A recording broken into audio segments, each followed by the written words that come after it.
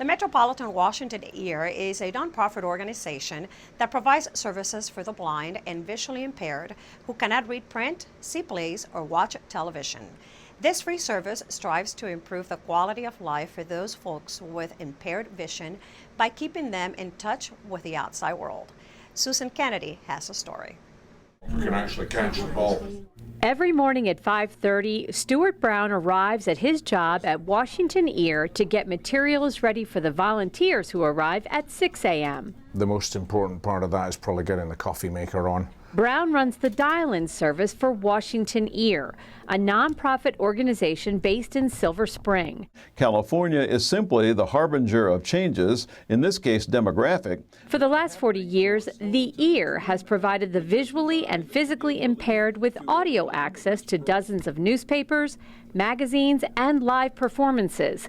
It's Brown's job to make sure the more than 5,000 subscribers to this free service can get their news first thing in the morning. Press 3 for the Washingtonian, press 4 for People magazine, press 5 for yesterday's Washington Post. The Ear was one of the first radio reading services of its kind in the country. They need two things. They need to know what's going on in the world and locally, and we give them that for sure. An Atlanta judge described the massive cheating scandal that embroiled the city's public school system. Joe Schechter and Glenn Harris are regular team readers of the Washington Post. My late mother had a low vision issue while she was alive, and so I started volunteering here in 2008.